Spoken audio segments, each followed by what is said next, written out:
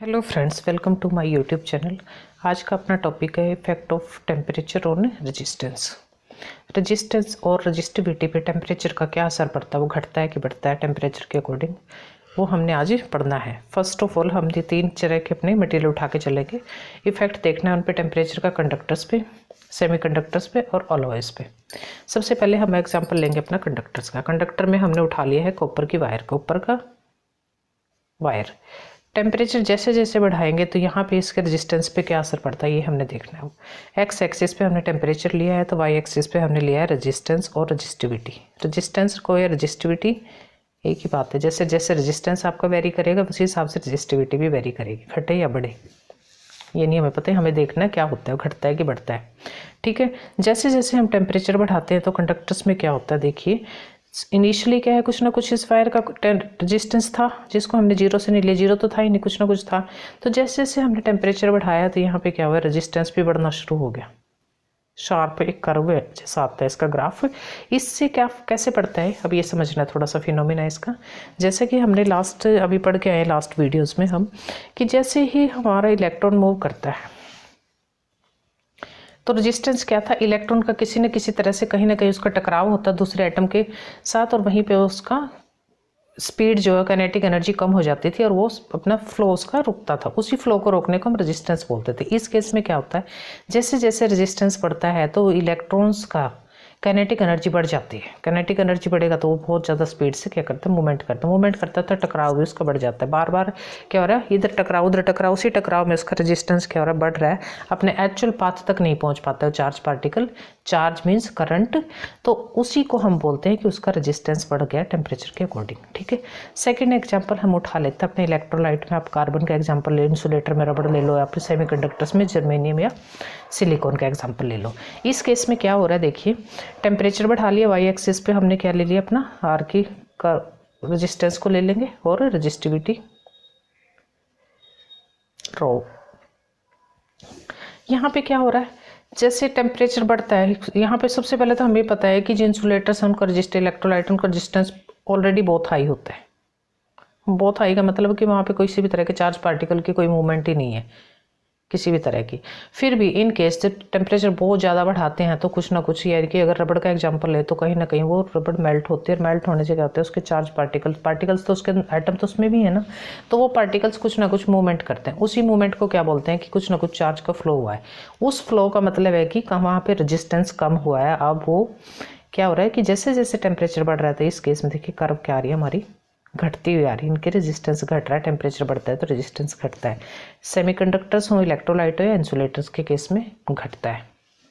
ठीक है, अब हम ले लेते हैं अलॉय का एग्जांपल। अलॉय मीन्स दो तीन मेटल्स को मिला के हमने एक नया मेटल बना लिया अपना। मान लो हम निकल को या कॉपर को मिक्स कर लिया हमने, पिघला के एक नया मेटल बनता है, तो उसका हम देख रहे हैं यहाँ पे उसका टेम्परेचर के अकॉर्डिंग क्या असर पड़ता है, रजिस्टिविटी टेम्परेचर के अकॉर्डिंग क्या असर पड़ता है। देखिए जैसे जैसे हम टेम्परेचर बढ़ाएंगे उसका कांस्टेंट ही रहता है, ऑलमोस्ट थोड़ा सा ही फर्क पड़ता है। ज़्यादा टेम्परेचर पे ही रेजिस्टेंस वेरी करता है एज पर कंडक्टर्स, अदरवाइज कोई फर्क नहीं पड़ता। स्ट्रेट लाइन ही आती है इसकी जो कर्व है। तीनों हम समझ गए, तीन मटेरियल के अकॉर्डिंग। अब इनका जो कितना बदलाव किस हिसाब से आता है उसको हम बोलते हैं टेम्परेचर कोफिशिएंट ऑफ रेजिस्टेंस। किस मेटल का कितना टेम्परेचर घटता है या बढ़ता है, सॉरी, किस मेटल के कॉरस्पॉन्डिंग टेम्परेचर के कॉरस्पॉन्डिंग कितना उसका रेजिस्टेंस घटता है बढ़ता है, उसी चीज़ को हम बोलते हैं टेम्परेचर कोफिशिएंट ऑफ रेजिस्टेंस। अपना नेक्स्ट जो टॉपिक है इसको पहले तो हम ड्राइव करेंगे। टेम्परेचर कोफिशिएंट ऑफ रेजिस्टेंस को हम किससे रिप्रेजेंट करते हैं, अल्फा से, ग्रीक लेटर अल्फा। यहाँ पे मैंने क्या लिया है इसको समझ लेते हैं। एक कॉपर की वायर ली है जिसकी कुछ लेंथ है कुछ एरिया है। लेंथ और एरिया को हमने क्या रखा है, कांस्टेंट मान लिया है। एक्चुअल में टेम्परेचर बढ़ेगा तो कहीं ना कहीं लेंथ भी बढ़ जाती है, पिघल जाती है, वायर पे भी असर पड़ता है, हीटिंग इफेक्ट। मानते क्या लेके चलेंगे, हमने फर्स्ट अपना केस मान लिया कि ये दोनों नहीं बढ़ते, ना लेंथ पे कोई असर नहीं पड़ेगा। आप देखते हैं, मान लो मेरा शुरू में टेम्परेचर था कुछ डिग्री, 20 डिग्री टेम्परेचर था, उसको ले लिया हमने T1।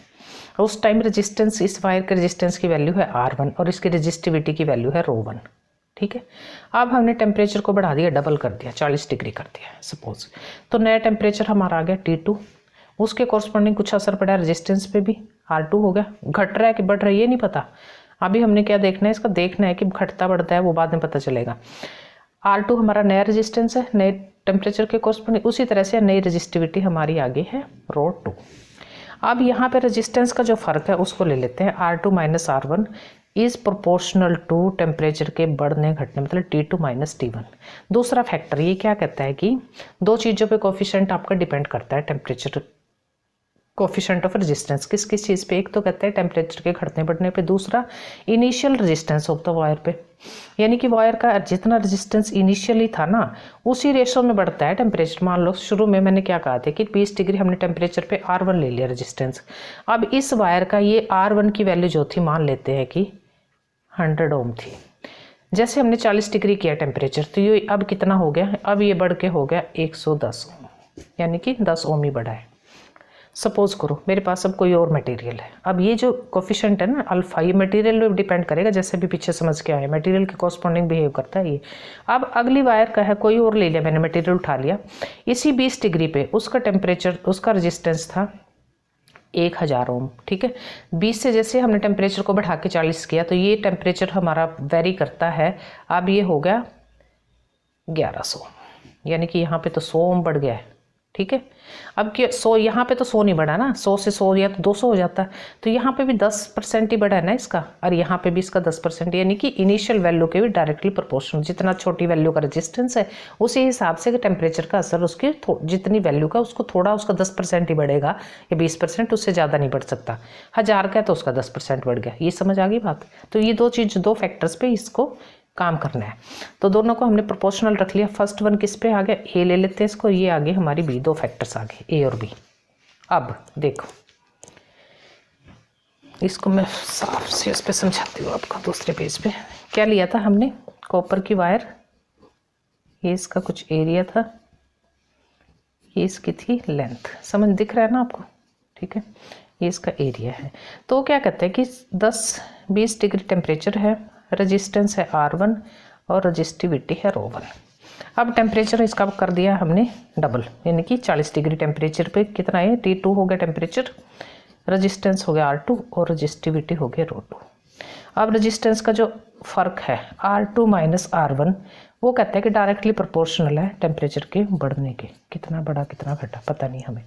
दूसरा फैक्टर क्या कहता है कि यही रेजिस्टेंस का जो अंतर है ना, ये रेजिस्टेंस का दूसरा पॉइंट क्या है, ये किसके डायरेक्टली प्रोपोर्शनल है, उसके स्टार्टिंग के रेजिस्टेंस के। ये आ गया हमारा दूसरा पॉइंट। अब इनको हम प्रोपोर्शनैलिटी को क्या कर लेते हैं, इक्वेट कर लेते हैं। अब दो फैक्टर एक कोई इकट्ठा कर सकते हैं ना मल्टीप्लाई करके। अब हम एक इक्वेशन ले लेंगे तीसरी अपनी, R2 minus R1 is equals to, proportionality को तो इक्वेट किससे करेंगे हम, इक्वेट इसको अभी हम प्रोपोर्शनैलिटी रख लेते हैं।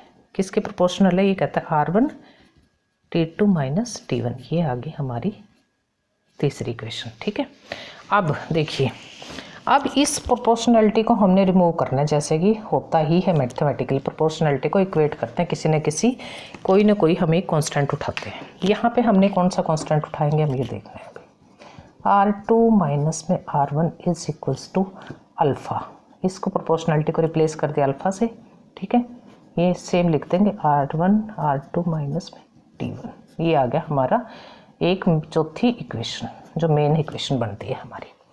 अब एक और पॉइंट, एक और हमने नए अपने रेजिस्टेंस को देखना है ना, इस सब को एक साइड ले जाएंगे। अब हम क्या करेंगे, R2 इज इक्वल्स टू, इसको इधर लेके जाएंगे तो प्लस का हो जाएगा ना, R1 प्लस में R1 अल्फ़ा भी है, अल्फ़ा T2 माइनस में T1। ये आ गई अपनी पांचवी इक्वेशन। अभी हमारी ये तो हमने स्टेप्स चले हैं, इक्वेशन कुछ नहीं, अब स्टेप बाय स्टेप चलते जा रहे हैं हम, ठीक है। इसमें से कुछ कॉमन आ रहा है, वो कॉमन ले लेते हैं। R2 is equals to R1 common ले लिया, इसकी जगह आ जाएगा 1 प्लस में अल्फ़ा T2 माइनस में T1। अब ये आ गया हमारी एक फार्मूला जनरेट होगा जिस पे हम क्वेश्चंस आराम से फाइंड आउट कर सकते हैं, न्यूमेरिकल्स आते हैं। इसको हम ब्रैकेट में बंद कर लेते हैं, ठीक है। ये आगे हमारा, इसको ए से डिनोट कर देंगे, पहला फार्मूला हमारा जनरेट हो गया। अगर न्यूमेरिकल में आपको अल्फ़ा की वैल्यू दे रखी होगी, कंडक्टर का है तो हर एक की वैल्यू कांस्टेंट है ना, ये वैल्यू पहले से फिक्स है हर एक की, प्रैक्टिकली बुक में दिया, मतलब आपके न्यूमेरिकल में दी होती है वैल्यू, आपको निकालने की ज़रूरत नहीं है। अब आपको क्या है कि R2 की वैल्यू निकालनी है, तो टेम्परेचर भी दिया होगा, R1 की वैल्यू दी होगी, कोफिशिएंट की वैल्यू दी होगी, तो सिंपली इस इक्वेशन में आप पुट करेंगे और आपका किसकी वैल्यू आ जाएगी, आपकी R2 की। अब देखिए इसी से हमने अल्फ़ा की वैल्यू निकालनी है। अल्फ़ा की वैल्यू कैसे निकालेंगे आप, ये वाली इक्वेशन उठा लो, ये वाली 4th नंबर की। अल्फ़ा क्या हो जाएगा आपका, देखिए अल्फ़ा यानी कि temperature coefficient of resistance is equals to R2 minus में R1 divided R1 T2 minus में T1 हो गया। यानी कि अल्फ़ा की वैल्यू किस पे डिपेंड कर रही है, आपके रेजिस्टेंस के चेंज पे, डायरेक्टली किस पे डिपेंड हो रही है, रेजिस्टेंस के चेंज पे। ये आ गया हमारा दूसरा फॉर्मूला। अगर आपको कोफिशिएंट फाइंड आउट करना दे दे वो किसी न्यूमेरिकल में, तो R1 R1 की 2 की वैल्यू दे रखी होगी, उसमें टेम्परेचर भी दे रखा होगा, वेरिएशन कितने से कितने चेंज होता है, और उसके कॉरस्पॉन्डिंग आराम से ये फार्मूला आप पुट करेंगे B, तो आपका निकल आएगा अल्फ़ा की value, temperature coefficient of resistance किसी मटेरियल का। ठीक है, अब इसी फार्मूले को अगर हम रेजिस्टिविटी में चेंज करते हैं तो कैसे निकालेंगे उसको, देखिए रेजिस्टिविटी में अगर हमने चेंज करना है तो फर्स्ट वन अपना फार्मूला उठा लो। अपना फर्स्ट फार्मूला हमारा क्या था, R2 is equals to R1 1 plus में अल्फ़ा T2 माइनस में T1। ठीक है, R1 हमें पता है ना, लास्ट में अभी हम पढ़ के आए हैं, रजिस्टिविटी क्या थी, इक्वल्स किसके थी, रो L बाय A के। तो यहाँ पे R2 है तो ये R2 किसके इक्विवेलेंट हो जाएगा, रो 2 L बाय A। R1 है तो किसके इक्विवेलेंट हो जाएगा, रो 1 L बाय A, और कहीं कोई चेंज नहीं हो रहा ना, 1 प्लस में अल्फ़ा T2 माइनस में T1। L1 bye A cancel हो जाएंगे, तो रजिस्टिविटी की वैल्यू क्या आई अपनी, 1 प्लस में अल्फ़ा T2 माइनस में T1। अब रजिस्टिविटी ये आ गया हमारा तीसरा फार्मूला, इसको हम रिप्रेजेंट करेंगे C से। ये जो तीनों फार्मूले हैं बहुत इंपॉर्टेंट हैं, इन्हीं पे ही आपका न्यूमेरिकल आता है, ये वैल्यूज़ गिवन होंगी, इसी के कॉरस्पॉन्डिंग हमारा क्या होता है, 3 फार्मूले आएंगे। 3 तरह से क्वेश्चन आ सकते हैं, इस तरह से R2 निकाल सकते हो, अल्फ़ा की वैल्यू निकालने दे सकता है वो, या रजिस्टिविटी की वैल्यू फाइंड आउट करनी दे सकता है। Okay, thank you.